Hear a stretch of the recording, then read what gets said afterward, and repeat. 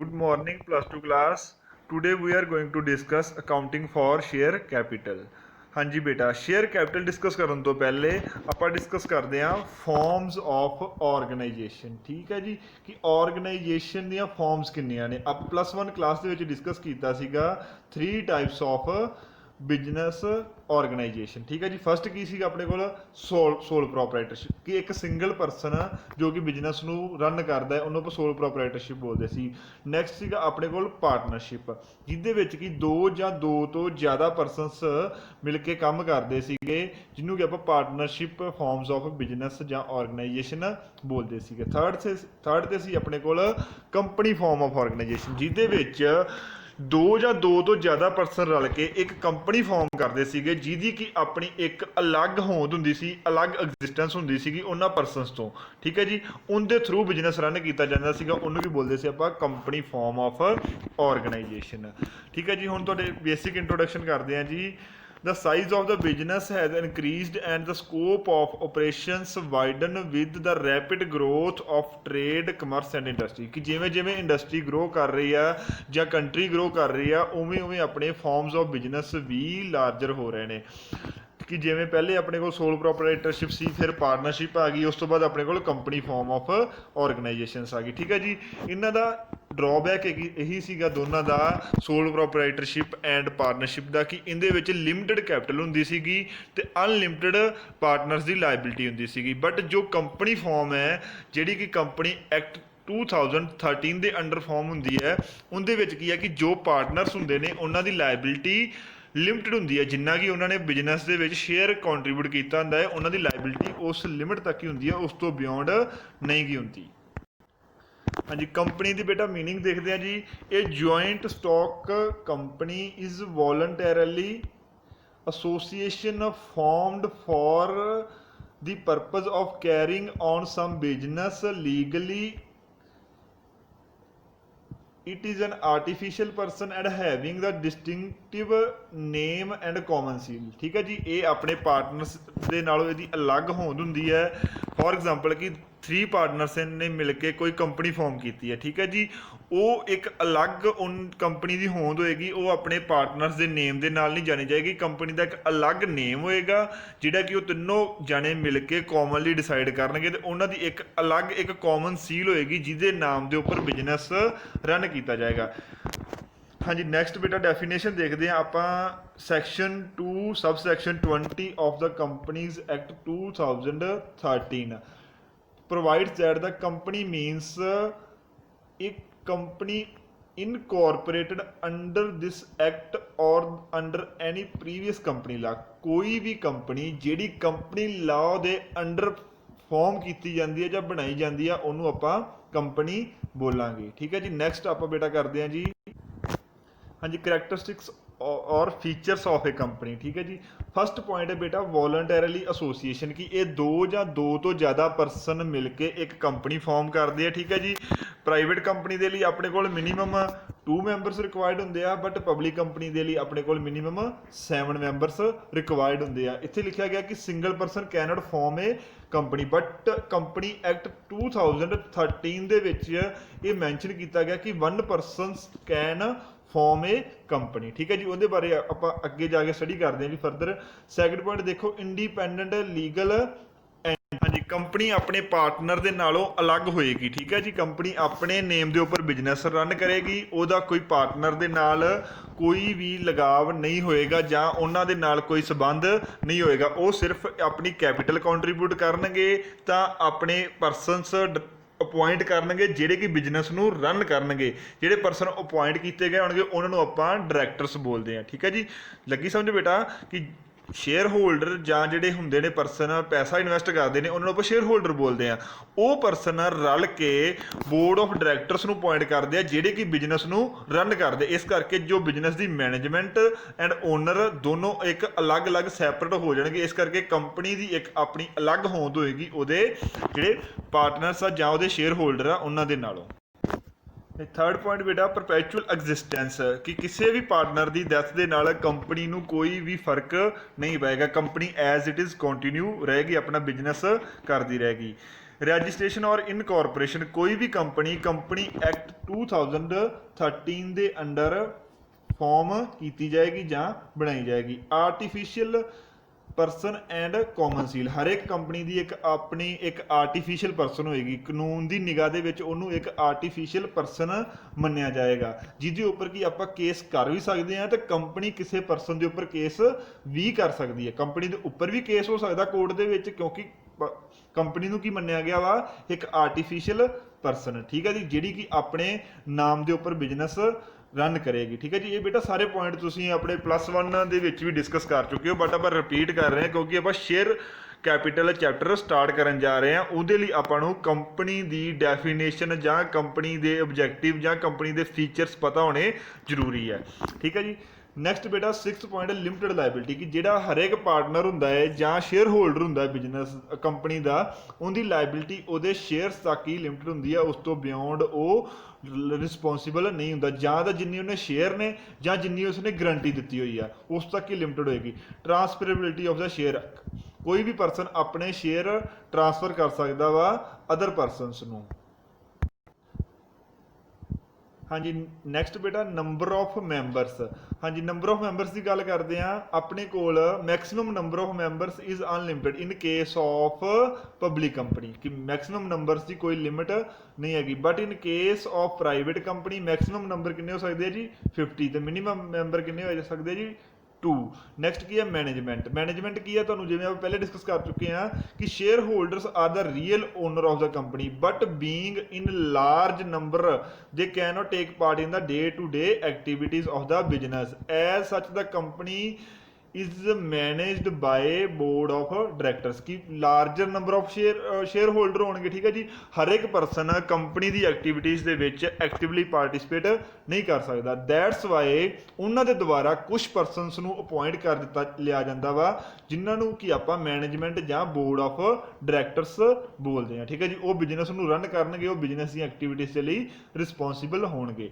Next ਬੇਟਾ 10th point ਮੇ ਸੂ ਔਰ ਟੂ ਬੀ ਸੂਡ, ਕਿ ਜਿਵੇਂ ਪਹਿਲੇ ਡਿਸਕਸ ਕੀਤਾ ਸੀਗਾ ਕਿ ਕੰਪਨੀ ਦੇ ਉੱਪਰ ਕੇਸ ਕੀਤਾ ਵੀ ਜਾ ਸਕਦਾ ਵਾ ਤੇ ਕੰਪਨੀ ਕਿਸੇ ਪਰਸਨਸ ਦੇ ਉੱਪਰ ਕੇਸ ਵੀ ਕਰ ਸਕਦੀ। ਇਨ ਕੇਸ ਕੰਪਨੀ ਕੋਈ ਕਿਸੇ ਨਾਲ ਫਰਾਡ ਕਰਦੀ ਆ ਤਾਂ ਉਹਦੇ ਉੱਪਰ ਕੰਪਨੀ ਦੇ ਨੇਮ ਦੇ ਉੱਪਰ ਕੇਸ ਹੋਏਗਾ।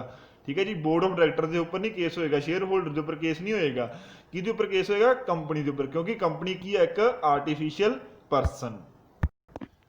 ਹਾਂਜੀ ਬੇਟਾ, ਨੈਕਸਟ ਡਿਸਕਸ ਕਰਦੇ ਆਪਾਂ ਕਲਾਸੀਫਿਕੇਸ਼ਨਸ ਆਫ ਜੁਆਇੰਟ ਕੰਪਨੀ, ਕਿ ਇਹ ਕਿੰਨੇ ਟਾਈਪਸ ਦੀਆਂ ਹੁੰਦੀਆਂ ਨੇ, ਇਹਨਾਂ ਨੂੰ ਆਪਾਂ ਕਿੰਨੇ ਪਾਰਟਸ ਵਿੱਚ ਡਿਵਾਈਡ ਕਰ ਸਕਦੇ ਹਾਂ। First of all on the basis of incorporation, ਕਿ ਹੋਣ ਦੇ ਵਿੱਚ ਕਿਸ ਐਕਟ ਦੇ ਅੰਡਰ ਜਾਂ ਕਿਸ ਵੇ ਦੇ ਨਾਲ ਆਈਆਂ ਨੇ, ਉਸ ਬੇਸ ਦੇ ਉੱਪਰ ਕੰਪਨੀ ਨੂੰ ਬੇਸਿਕਲੀ 3 ਪਾਰਟ ਦੇ ਵਿੱਚ ਡਿਵਾਈਡ ਕੀਤਾ ਗਿਆ ਹੈ।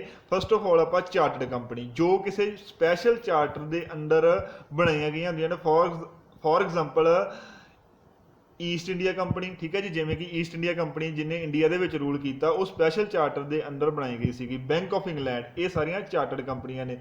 ਚਾਰਟਰਡ ਬੈਂਕ ਆਫ ਆਸਟ੍ਰੇਲੀਆ, ਠੀਕ ਹੈ ਜੀ, ਇਹ ਸਾਰੀ ਚਾਰਟਰਡ ਕੰਪਨੀਆਂ ਦੀਆਂ ਐਗਜ਼ਾਮਪਲ ਨੇ ਜਿਹੜੀਆਂ ਸਪੈਸ਼ਲ ਚਾਰਟਰ ਦੇ ਅੰਡਰ ਕਿਸੇ ਗਵਰਨਮੈਂਟ ਦੇ ਦੁਆਰਾ ਜਾਂ ਕਿਸੇ ਐਮਪਰਰ ਦੇ ਦੁਆਰਾ ਬਣਾਈਆਂ ਗਈਆਂ ਹੁੰਦੀਆਂ ਨੇ। ਨੈਕਸਟ ਬੇਟਾ ਸਟੈਟੂਟਰੀ ਕੰਪਨੀ। ਸਟੈਟੂਟਰੀ ਕੰਪਨੀ ਕੀ ਹੈ? ਕਿ ਜਿਹੜੀ ਕਿਸੇ ਸਪੈਸ਼ਲ ਐਕਟ ਦੇ ਅੰਡਰ ਜਾਂ special act of legislature is called statutory company, ਕਿ ਲੈਜਿਸਲੇਚਰ ਨੇ ਇੱਕ ਸਪੈਸ਼ਲ ਐਕਟ ਦੇ ਅੰਡਰ, ਫੋਰ ਐਗਜ਼ਾਮਪਲ ਆਰਬੀਆਈ। ਠੀਕ ਹੈ ਜੀ, ਆਰਬੀਆਈ ਸਪੈਸ਼ਲ ਐਕਟ ਦੇ ਅੰਡਰ ਬਣਾਈ ਗਈ ਸੀਗੀ, ਕਿਹਨੂੰ? ਇੰਡੀਆ ਦੇ ਮੋਨੇਟਰੀ ਸਿਸਟਮ ਨੂੰ ਕੰਟਰੋਲ ਬੈਂਕ ਕਰਨ ਦੇ ਲਈ, ਜਿਹਨੂੰ ਕਿ ਆਪਾਂ ਸੈਂਟਰਲ ਬੈਂਕ ਵੀ ਬੋਲਦੇ। ਉਸ ਤੋਂ ਇਲਾਵਾ SBI, unit trust of India, life insurance ਜਿਹਨੂੰ ਕਿ LIC ਬੋਲਦੇ ਆਪਾਂ। ਠੀਕ ਹੈ ਜੀ, ਇਹ ਸਾਰੀਆਂ ਕੀ ਨੇ ਆਪਣੇ ਕੋਲ? ਸਟੈਟੂਟਰੀ ਕੰਪਨੀਜ਼ ਨੇ, ਜਿਹੜੀਆਂ ਕਿ ਸਰਕਾਰ ਦੇ ਦੁਆਰਾ ਲੀਗਲੀ ਫਾਰਮ ਕੀਤੀਆਂ ਗਈਆਂ ਸੀਗੀਆਂ ਆਪਣੇ ਕੰਟਰੀ ਦੇ ਸਿਸਟਮ ਨੂੰ ਚਲਾਉਣ ਦੇ ਲਈ। ਨੈਕਸਟ ਕੀ ਹੈ ਬੇਟਾ? ਰਜਿਸਟਰਡ ਕੰਪਨੀ, ਜੋ ਕੰਪਨੀ ਐਕਟ 2013 ਦੇ ਅੰਡਰ ਰਜਿਸਟਰਡ ਹੋਣਗੀਆਂ, ਉਹਨਾਂ ਨੂੰ ਆਪਾਂ ਰਜਿਸਟਰਡ ਕੰਪਨੀਜ਼ ਬੋਲਦੇ। ਹਾਂਜੀ, ਸੈਕੰਡ ਬੇਟਾ ਡਿਸਕਸ ਕਰਦੇ ਹਾਂ on the basis of liability, ਕਿ ਲਾਇਬਿਲਿਟੀ ਦੇ ਬੇਸਿਸ ਦੇ ਉੱਪਰ ਕੰਪਨੀਜ਼ ਕਿੰਨੇ ਤਰ੍ਹਾਂ ਦੀਆਂ ਹੁੰਦੀਆਂ ਨੇ। First of all companies with unlimited liability, ਕਿ ਜਿਹਦੇ ਸ਼ੇਅਰ ਹੋਲਡਰ ਦੀ ਲਾਇਬਿਲਿਟੀ ਅਨਲਿਮਿਟਿਡ ਹੋਏਗੀ। ਮੀਨਸ ਕਿ ਜੇਕਰ ਕੰਪਨੀ ਨੂੰ ਕੋਈ ਲਾਸ ਹੁੰਦਾ ਵਾ ਤਾਂ ਉਹ ਉਸਦੇ ਸ਼ੇਅਰ ਹੋਲਡਰ ਨੂੰ ਆਪਣੀ ਪਰਸਨਲ ਪ੍ਰੋਪਰਟੀਜ਼ ਦੇ ਵਿੱਚੋਂ ਫੁੱਲਫਿਲ ਜਾਂ ਉਹਦੀ ਭਰਪਾਈ ਕਰਨੀ ਪਏਗੀ। ਉਹਨਾਂ ਨੂੰ ਬੋਲਾਂਗੇ ਆਪਾਂ ਅਨਲਿਮਿਟਿਡ ਕੰਪਨੀ। ਸੈਕਿੰਡ ਬੇਟਾ ਡਿਸਕਸ ਕਰਦੇ ਆਪਾਂ ਕੰਪਨੀਜ਼ ਲਿਮਿਟਿਡ ਬਾਏ ਸ਼ੇਅਰਸ, ਕਿ ਜਿਹਦੇ ਵਿੱਚ ਉਹਦੇ ਸ਼ੇਅਰ ਹੋਲਡਰ ਦੀ ਰਿਸਪੌਂਸਿਬਿਲਿਟੀ ਉਹਨਾਂ ਦੀ ਸ਼ੇਅਰ ਹੋਲਡਰ ਤੱਕ, ਜਿੰਨੀ ਉਹ ਸ਼ੇਅਰ ਹੋਲਡ ਕਰ ਰਹੇ ਉੱਥੋਂ ਤੱਕ ਹੀ ਆ, ਉਸ ਤੋਂ ਬਿਯੋਂਡ ਨਹੀਂ कंपनी की हैगी, ठीक है जी। फॉर एग्जांपल कि एक कंपनी है, ठीक है जी, कंपनी दी 1 करोड़ कैपिटल है, ठीक है जी, 1 करोड़ कैपिटल है, ठीक है। ਉਹਨੂੰ ਆਪਾਂ ਛੋਟੇ ਛੋਟੇ ਪਾਰਟ ਦੇ ਵਿੱਚ ਡਿਵਾਈਡ ਕੀਤਾ ਹੋਇਆ ਵਾ ਕਿ ਜਿਹਨੂੰ ਆਪਾਂ ਇੱਕ ਸ਼ੇਅਰ 100 ਰੁਪਏ ਦਾ ਬਣਾ ਦਿੱਤਾ ਗਿਆ, ਠੀਕ ਹੈ ਜੀ। ਜੇਕਰ ਕਿਸੇ ਪਰਸਨ ਕੋਲ 100 ਸ਼ੇਅਰਸ ਨੇ, ਇੱਕ ਸ਼ੇਅਰ 100 ਰੁਪਏ ਦਾ ਵਾ ਤੇ ਕਿਸੇ ਪਰਸਨ ਕੋਲ 100 ਸ਼ੇਅਰ ਨੇ, ਮੀਨਸ ਕਿ ਉਹਦੀ ਲਾਇਬਿਲਿਟੀ ਕਿੱਥੋਂ ਤੱਕ ਹੋਗੀ 10,000 ਤੱਕ, ਠੀਕ ਹੈ ਜੀ। ਇਸ ਕਰਕੇ ਜਿਸ ਕੰਪਨੀ ਦੇ ਵਿੱਚ ਸ਼ੇਅਰ ਹੋਲਡਰ ਦੀ ਲਾਇਬਿਲਿਟੀ ਉਹਨਾਂ ਦੇ ਸ਼ੇਅਰਸ ਤੱਕ ਸੀਮਤ ਹੋਏਗੀ, ਉਹਨਾਂ ਨੂੰ ਕੰਪਨੀ ਲਿਮਟਿਡ ਬਾਏ ਸ਼ੇਅਰਸ ਬੋਲਾਂਗੇ।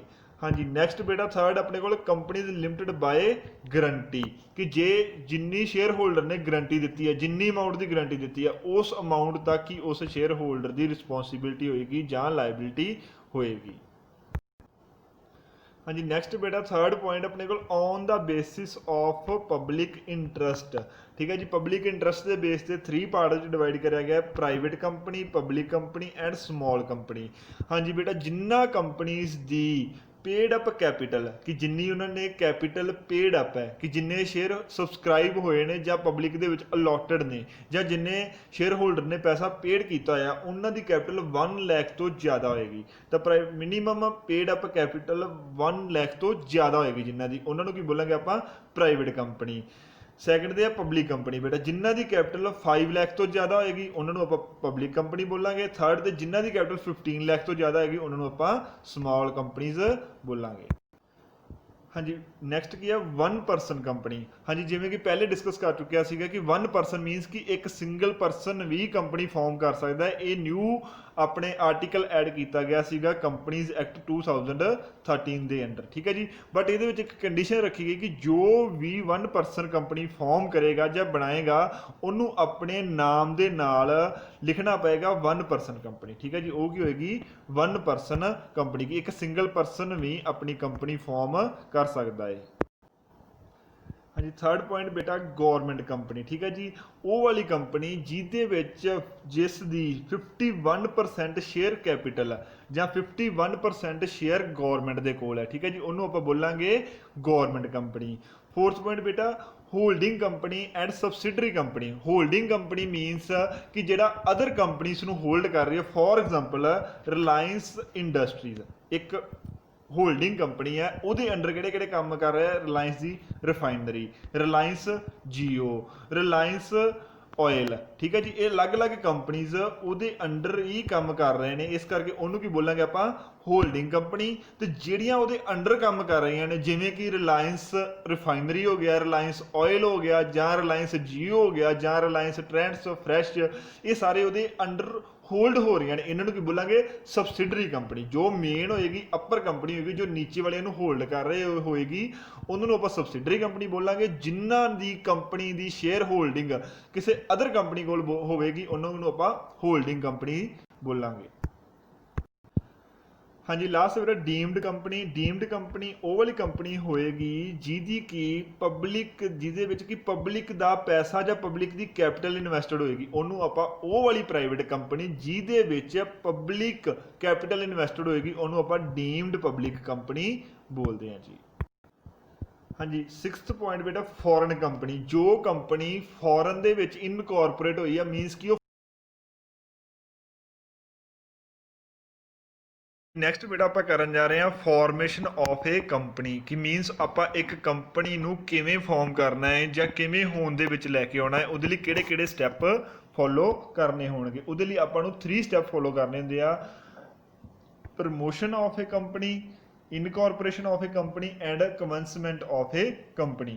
प्रमोशन दे विच की है बेटा, एक इनीशियल स्टैप है जिहदे विच कि एक परसन दे माइंड दे विच आइडिया आउंदा है एक कंपनी नूं फॉर्म करदा, जिन्हों कि आपां प्रमोटर बोलते हैं। जां तां आपां एक न्यू कंपनी फॉर्म कर सकते हैं, जिहड़ा कि आपां न्यू बिजनेस रन करन दे लई आपां कंपनी दा नेम यूज़ करांगे, जां फिर आपां 2 एग्जिस्टिंग कंपनीज तो एक नवी कंपनी क्रिएट कर सकते हैं। फॉर एग्जांपल कि वोडाफोन ते आइडिया एक अलग अलग कंपनी सी, दोनों ने मिलकर एक वोडाफोन आइडिया एक न्यू कंपनी फॉर्म कर ली, ठीक है जी। ये की हो गया, इन्हों की बोलते हैं अमलगामेशन। इस करके फस्ट स्टैप की है कि जो एक परसन के माइंड के आइडिया आता है कि एक न्यू कंपनी फॉर्म करनी है। सैकेंड स्टैप की है बेटा अपने को इनकॉर्पोरेशन। इनकॉर्पोरेशन कि आप कंपनी नूं एक होंद दे विच लैके आउण दे लई ਪ੍ਰਮੋਟਰਸ ਨੂੰ ਕਿਹੜੇ ਸਟੈਪ ਫੋਲੋ ਕਰਨੇ ਪੈਣਗੇ ਜਾਂ ਕਿਹੜੇ ਡਾਕੂਮੈਂਟਸ ਆ ਜੋ ਰਜਿਸਟਰਾਰ ਆਫ ਏ ਕੰਪਨੀ ਦੇ ਕੋਲ ਸਬਮਿਟ ਕਰਵਾਉਣੇ ਹੋਣਗੇ।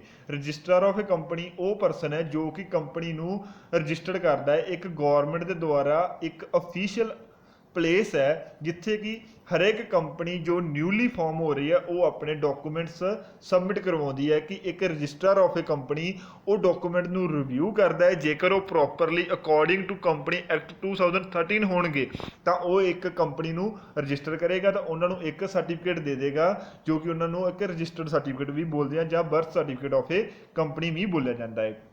ਹੁਣ ਆਪਾਂ ਨੈਕਸਟ ਡਿਸਕਸ ਕਰਦੇ ਹਾਂ ਕਿ ਜੋ ਕਿਹੜੇ ਡਾਕੂਮੈਂਟ ਨੇ ਜੋ ਇੱਕ ਰਜਿਸਟਰ ਆਫ ਏ ਕੰਪਨੀ ਕੋਲ ਸਬਮਿਟ ਕਰਵਾਉਣੇ ਜ਼ਰੂਰੀ ਹੁੰਦੇ ਨੇ। ਸਭ ਤੋਂ ਪਹਿਲੇ memorandum of association. Memorandum of association ਸਭ ਤੋਂ ਇੰਪੋਰਟੈਂਟ ਡਾਕੂਮੈਂਟ ਹੈ ਜਿਹਦੇ ਵਿੱਚ ਕਿ ਕੰਪਨੀ ਦਾ ਨੇਮ, ਰਜਿਸਟਰਡ ਆਫਿਸ, ਆਬਜੈਕਟਿਵ ਮੀਨਸ ਕਿ ਕਿਹੜਾ ਬਿਜ਼ਨਸ ਦਾ ਮੇਨ ਆਬਜੈਕਟਿਵ ਕੀ ਹੈ, ਜੋ ਆਪਾਂ ਬਿਜ਼ਨਸ ਚਲਾਉਣਾ ਹੈ ਜਾਂ ਜਿਹਦੇ ਲਈ ਕੰਪਨੀ ਫਾਰਮ ਕਰ ਰਹੇ ਹਾਂ ਉਹਦਾ ਮੇਨ ਆਬਜੈਕਟਿਵ ਕੀ ਹੈ। ਠੀਕ ਹੈ ਜੀ। Liability and capital, Ki liability ਜਾਂ ਪਾਰਟਨਰਸ ਦੀ ਲਾਇਬਿਲਿਟੀ ਕੀ ਹੋਏਗੀ, ਲਿਮਟਿਡ ਹੋਏਗੀ, ਅਨਲਿਮਟਿਡ ਹੋਏਗੀ ਜਾਂ ਗਰੰਟੀ ਬਾय ਸ਼ੇਅਰਸ ਹੋਏਗੀ। ਠੀਕ ਹੈ ਜੀ। ਕੈਪੀਟਲ ਕਿੰਨੀ ਕੰਟਰੀਬਿਊਟ ਕਰ ਰਹੇ ਨੇ, ਇਹ ਸਾਰਾ ਕੁਝ ਇੱਕ ਮੈਮੋਰੈਂਡਮ ਆਫ ਐਸੋਸੀਏਸ਼ਨ ਦੇ ਵਿੱਚ ਇਨ ਡਿਟੇਲ ਡਿਸਕਸ ਹੋਏਗਾ। ਤਾਂ ਇਹ ਜੋ ਡਾਕੂਮੈਂਟ ਹੈ ਇਹ ਹਰ ਇੱਕ ਸ਼ੇਅਰ ਹੋਲਡਰ ਦੇ ਦੁਆਰਾ ਜਾਂ ਹਰ ਇੱਕ ਪ੍ਰਮੋਟਰ ਦੇ ਦੁਆਰਾ, ਜਦੋਂ ਕੰਪਨੀ ਰਜਿਸਟਰਡ ਹੋਣ ਤੋਂ ਪਹਿਲਾਂ ਆਪਾਂ ਸ਼ੇਅਰ ਹੋਲਡਰ ਨੂੰ ਪ੍ਰਮੋਟਰ ਬੋਲਦੇ ਹਾਂ, ਜਦੋਂ ਕੰਪਨੀ ਰਜਿਸਟਰਡ ਹੋ ਜਾਂਦੀ ਹੈ ਉਹ ਪ੍ਰਮੋਟਰ ਕੀ ਹੈ, ਸ਼ੇਅਰ ਹੋਲਡਰ ਬਣ ਜਾਂਦੇ ਨੇ। ਠੀਕ ਹੈ ਜੀ। ਉਹਨਾਂ ਦੇ ਦੁਆਰਾ ਸਾਈਨਡ ਹੋਏਗਾ। ਸੈਕੰਡ ਡਾਕੂਮੈਂਟ ਕਿਹੜਾ, ਆਰਟੀਕਲ ਐਸੋਸੀਏਸ਼ਨ। ਆਰਟੀਕਲ ਐਸੋਸੀਏਸ਼ਨ ਦੇ ਵਿੱਚ ਡਾਕੂਮੈਂਟਸ ਤੋਂ ਇਲਾਵਾ ਜੋ ਕੰਪਨੀਜ਼ ਦੇ ਰੂਲਸ ਰੈਗੂਲੇਸ਼ਨ ਹੋਣਗੇ ਜਿਹਦੇ ਅੰਡਰ ਕੰਪਨੀ ਨੂੰ ਚਲਾਇਆ ਜਾਏਗਾ ਉਹ ਵਾਲੇ ਸਾਰੇ ਇਨ ਡਿਟੇਲ ਡਿਸਕਸ ਕੀਤੇ ਜਾਂਦੇ ਨੇ। ਠੀਕ ਹੈ ਜੀ। ਜੇਕਰ ਕੰਪਨੀ ਆਰਟੀਕਲ ਆਫ ਐਸੋਸੀਏਸ਼ਨ ਨਹੀਂ ਬਣਾਉਂਦੀ ਤਾਂ ਉਹਨੂੰ ਜੋ ਰੂਲਸ ਸ਼ਡਿਊਲ 1 ਦੇ ਅੰਡਰ ਟੇਬਲ ਏ ਦੇ ਵਿੱਚ ਗਿਵਨ ਹੋਣਗੇ ਉਹਨਾਂ ਨੂੰ ਫੋਲੋ ਕਰਨਾ ਪਏਗਾ। ਨੈਕਸਟ ਬੇਟਾ ਕੀ ਹੈ, ਸਬਮਿਸ਼ਨ ਆਫ ਪ੍ਰਪੋਜ਼ਡ ਐਗਰੀਮੈਂਟ, ਕਿ ਜੋ ਉਹਨੇ ਅਲੱਗ-ਅਲੱਗ ਪਰਸਨਸ ਦੇ ਨਾਲ ਕੰਪਨੀ ਨੇ ਐਗਰੀਮੈਂਟ ਕੀਤੇ ਨੇ, ਜਿਵੇਂ ਕਿ ਬੋਰਡ ਆਫ ਡਾਇਰੈਕਟਰ ਕਿਹੜਾ ਅਪਾਇੰਟ ਕਰਨਾ ਹੈ ਜਿਹੜਾ ਉਹਦੇ ਨਾਲ ਉਹਦੀ ਕੰਸੈਂਟ ਕਿ ਜਿਹਦੇ ਉੱਪਰ ਉਹ ਡਾਇਰੈਕਟਰ ਵੀ ਵਿਲਿੰਗ ਹੈ। ਫੋਰ ਐਗਜ਼ਾਮਪਲ ਕੰਪਨੀ ਵਾਲਿਆਂ ਨੇ ਕਿਹਾ ਕਿ ਅਸੀਂ ਐਕਸ ਪਰਸਨ ਨੂੰ ਅਪਾਇੰਟ ਕਰਨ ਜਾ ਰਹੇ ਹਾਂ, ਉਸ ਪਰਸਨ ਦੀ ਕੰਸੈਂਟ ਲੈਣੀ ਵੀ ਜ਼ਰੂਰੀ ਹੁੰਦੀ ਹੈ ਜਿਹਨੂੰ ਕਿ ਆਪਾਂ ਪ੍ਰਪੋਜ਼ਡ ਐਗਰੀਮੈਂਟ ਬੋਲਦੇ ਹਾਂ ਕਿ ਥਰਡ ਪਰਸਨ ਦੇ ਨਾਲ ਜਾਂ ਜਿਹੜਾ ਹੋਲ ਟਾਈਮ ਡਾਇਰੈਕਟਰ ਆਪਾਂ ਅਪਾਇੰਟ ਕਰਨਾ ਹੈ ਉਹਦੇ ਨਾਲ ਕੰਪਨੀ ਨੇ ਜੋ ਐਗਰੀਮੈਂਟ ਕੀਤਾ ਹੈ ਉਹਨੂੰ ਵੀ ਸਬਮਿਟ ਕਰਵਾਇਆ ਜਾਏਗਾ। ਹਾਂਜੀ। ਨੈਕਸਟ ਬੇਟਾ ਸਟੇਟਮੈਂਟ ਆਫ ਨੋਮੀਨਲ ਕੈਪੀਟਲ, ਕਿ ਜੋ ਕੰਪਨੀ ਦੀ ਨੋਮੀਨਲ ਕੈਪੀਟਲ ਕਿੰਨੀ ਹੈ। ਠੀਕ ਹੈ ਜੀ। ਜੇਕਰ ਉਹ 1 ਕਰੋੜ ਤੋਂ ਅਬਵ ਹੋਏਗੀ ਮੀਨਸ ਕਿ 1 ਕਰੋੜ ਤੋਂ ਜ਼ਿਆਦਾ ਹੋਏਗੀ ਤਾਂ ਉਹਨੂੰ ਗਵਰਨਮੈਂਟ ਦੇ ਕੋਲੋਂ ਇੱਕ ਸਰਟੀਫਿਕੇਟ ਲੈਣਾ ਪਏਗਾ ਜਿਹੜਾ ਕਿ ਸੈਬੀ ਦੁਆਰਾ ਮੀਨਸ ਕਿ ਜੋ ਕਿ ਹੈ security exchange board of India ਦੇ ਦੁਆਰਾ ਇਸ਼ੂ ਕੀਤਾ ਜਾਏਗਾ, ਉਹ ਸਬਮਿਟ ਕਰਵਾਉਣਾ ਜ਼ਰੂਰੀ ਹੁੰਦਾ ਹੈ ਜੇਕਰ ਕੰਪਨੀ ਦੀ ਨੋਮੀਨਲ ਕੈਪੀਟਲ 1 ਕਰੋੜ ਤੋਂ ਜ਼ਿਆਦਾ ਹੁੰਦੀ ਹੈ। ਨੈਕਸਟ ਬੇਟਾ ਆਪਣੇ ਕੋਲ ਕੀ ਹੈ, notice of the address of registered office of the company, ਕਿ ਕੰਪਨੀ ਦਾ ਰਜਿਸਟਰਡ ਆਫਿਸ ਦਾ ਐਡਰੈਸ ਕੀ ਹੋਏਗਾ। ਜੇਕਰ ਕੰਪਨੀ ਨੇ ਰਜਿਸਟ੍ਰੇਸ਼ਨ ਦੇ ਟਾਈਮ ਨਹੀਂ ਫਿਲ ਕੀਤਾ ਹੋਏਗਾ ਜਾਂ ਸਟਾਰਟਿੰਗ 'ਚ ਫਿਲ ਨਹੀਂ ਕੀਤਾ ਹੋਏਗਾ ਤਾਂ ਉਹਨੂੰ ਅਲੱਗ ਤੋਂ ਵਿਦਿਨ 30 ਡੇਜ਼ ਇਹ ਰਜਿਸਟਰਾਰ ਦੇ ਕੋਲ ਫਾਈਲ ਕਰਨਾ ਹੋਏਗਾ।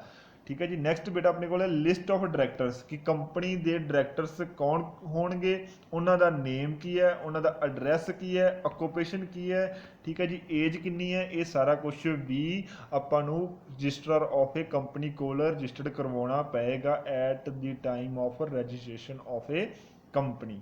ਨੈਕਸਟ ਬੇਟਾ ਆਪਣੇ ਕੋਲ ਹੈ written consent of proposed director, ਕਿ ਜੋ ਕੰਪਨੀ ਦੇ ਡਾਇਰੈਕਟਰਸ ਨੇ ਉਹਨਾਂ ਦੇ ਦੁਆਰਾ ਰਿਟਨ ਦੇ ਵਿੱਚ ਆਪਣੀ ਕੰਸੈਂਟ ਜੋ ਦਿੱਤੀ ਗਈ ਹੈ ਤਾਂ ਉਹਨਾਂ ਦੀ ਜੋ ਕੁਆਲੀਫਿਕੇਸ਼ਨ ਹੈ ਉਹ ਸਾਰਾ ਕੁਝ ਇਨ ਡਿਟੇਲ ਉਹਨਾਂ ਨੂੰ ਫਾਈਲ ਕਰਨਾ ਹੋਏਗਾ। ਇਸ ਤੋਂ ਇਲਾਵਾ ਸਟੈਚੂਟਰੀ ਡੈਕਲਾਰੇਸ਼ਨ, ਕਿ ਅਲੱਗ-ਅਲੱਗ ਪਰਸਨਸ ਦੇ ਦੁਆਰਾ ਜੋ ਡੈਕਲਾਰੇਸ਼ਨ ਦਿੱਤੀ ਗਈ ਹੈ ਕਿ ਕੰਪਨੀ ਹੈ ਜੋ ਫਾਰਮ ਹੋਣ ਜਾ ਰਹੀ ਹੈ ਉਸ ਨੇ ਜੋ ਰੂਲਸ ਕੰਪਨੀਜ਼ ਐਕਟ 2013 ਦੇ ਵਿੱਚ ਪ੍ਰਸਕ੍ਰਾਈਬ ਨੇ ਜਾਂ ਡਿਸਕਸਡ ਨੇ ਜਾਂ ਗਿਵਨ ਨੇ ਉਹਨਾਂ ਨੂੰ ਫੋਲੋ ਕੀਤਾ ਹੋਇਆ ਹੈ ਆਲਰੇਡੀ।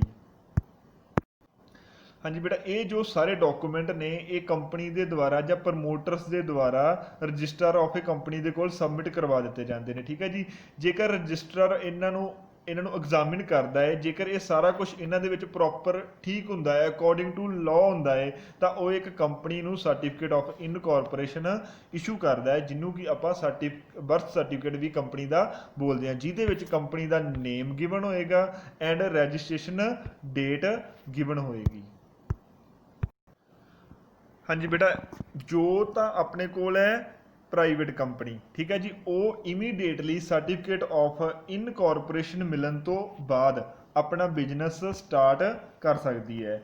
ਅਗਰ ਉਹ ਪ੍ਰਾਈਵੇਟ ਕੰਪਨੀ ਹੈ ਤਾਂ ਉਸ ਨੂੰ ਸਰਟੀਫਿਕੇਟ ਆਫ ਕਮੈਂਸਮੈਂਟ ਲੈਣਾ ਜ਼ਰੂਰੀ ਹੁੰਦਾ ਹੈ, ਠੀਕ ਹੈ ਜੀ। ਉਹਦੇ ਲਈ ਕੰਪਨੀ ਨੂੰ ਇਹ ਵਾਲੇ ਡਾਕੂਮੈਂਟਸ ਸਬਮਿਟ ਕਰਵਾਉਣੇ ਜ਼ਰੂਰੀ ਹੁੰਦੇ ਨੇ, ਜਿਨ੍ਹਾਂ ਦੇ ਵਿੱਚ ਕਿ ਸਭ ਤੋਂ ਫਸਟ ਪੁਆਇੰਟ ਆ ਰਿਹਾ ਹੈ prospectus or statement in lieu of prospects.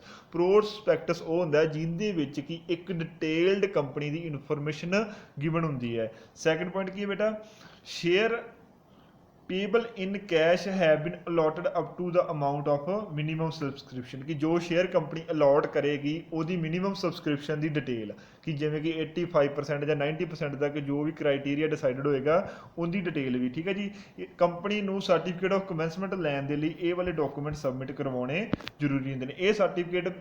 ਇਹ ਡਾਕੂਮੈਂਟ ਸਬਮਿਟ ਹੋਣ ਤੋਂ ਬਾਅਦ ਸਰਟੀਫਿਕੇਟ ਆਫ ਕਮੈਂਸਮੈਂਟ ਮਿਲਦਾ ਹੈ, ਜਿਸ ਤੋਂ ਬਾਅਦ ਕਿ ਪਬਲਿਕ ਕੰਪਨੀ ਆਪਣਾ ਬਿਜ਼ਨਸ ਰਨ ਕਰ ਸਕਦੀ ਹੈ। But in case of private company ਇਹ ਕੰਪਨੀ ਆਪਣਾ ਬਿਜ਼ਨਸ ਸਰਟੀਫਿਕੇਟ ਆਫ ਇਨਕੋਰਪੋਰੇਸ਼ਨ ਮਿਲਣ ਤੋਂ ਬਾਅਦ ਹੀ ਸ਼ੁਰੂ ਕਰ ਸਕਦੀ ਹੈ। ਹਾਂਜੀ, ਇਹ ਸੀ ਬੇਟਾ ਆਪਣੀ ਬੇਸਿਕ ਆਪਣੀ ਕੰਪਨੀ ਦੀ ਇਨਫੋਰਮੇਸ਼ਨ ਜਿਹੜੀ ਕਿ ਆਪਾਂ ਨੂੰ ਸ਼ੇਅਰ ਕੈਪੀਟਲ ਵਾਲੇ ਚੈਪਟਰ ਦੇ ਵਿੱਚ ਰਿਕਵਾਇਰਡ ਸੀ। ਨੈਕਸਟ ਆਪਾਂ ਵੀਡੀਓ ਦੇ ਵਿੱਚ ਬੇਟਾ ਆਪਾਂ ਸ਼ੇਅਰਸ ਦੇ ਬਾਰੇ ਡਿਸਕਸ ਕਰਾਂਗੇ, ਟਾਈਪਸ ਆਫ ਸ਼ੇਅਰਸ ਜਾਂ ਟਾਈਪਸ ਆਫ ਪ੍ਰੈਫਰੈਂਸ ਸ਼ੇਅਰ, ਇਹ ਸਾਰਾ ਕੁਝ ਆਪਾਂ ਨੈਕਸਟ ਚੈਪਟਰ ਦੇ ਵਿੱਚ ਨੈਕਸਟ ਲੈਕਚਰ ਦੇ ਵਿੱਚ ਡਿਸਕਸ ਕਰਾਂਗੇ। Okay, thank you so much ਬੇਟਾ। Like and subscribe please my video.